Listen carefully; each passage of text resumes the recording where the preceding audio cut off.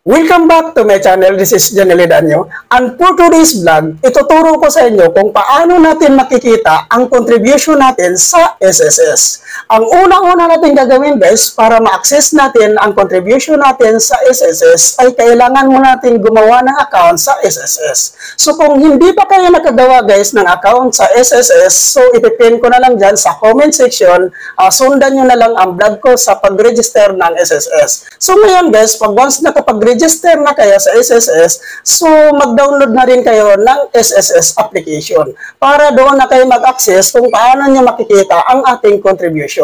Para guys, punta tayo sa ating video.